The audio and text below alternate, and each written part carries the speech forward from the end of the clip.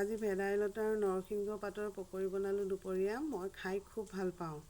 আজি এইটো অৱশ্যে সকলোৱে বনাব জানে, কিন্তু যিহেতু মই বনালোঁ গতিকে ভিডিঅ'টো মই কৰি পেলাই আপোনালোকৰ লগত শ্বেয়াৰ কৰোঁ বুলি কৰিলোঁ। এতিয়া তাৰ কাৰণে মই কেইটামান মচুৰ দালি আৰু কেইটামান বুটৰ দালি মই এইদৰে অলপ সময় পানীত ভিজাই থ'ম, যেতিয়ালৈকে সেইখিনি কোমলি নাযায়।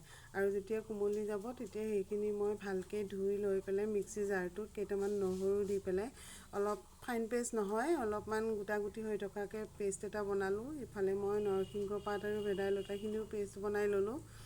এতিয়া দুইখিনি মই মিক্স কৰিলোঁ, মিক্স কৰি পেলাই অলপমান পিঁয়াজ, তাৰপিছত অলপমান চাউলৰ গুড়ি, হালধি, নিমখ, অকণমান মছলা দিলোঁ। দি পেলাই সেইখিনি ভালকৈ মিলাই পকৰীৰ নিচিনাকৈ মই কেৰাহীত গৰম তেলত মই ৰঙচুৱা হোৱাকৈ ভাজিলোঁ। খাই সঁচাকৈ বহুত ভাল লাগিলে ভাতকেইটা।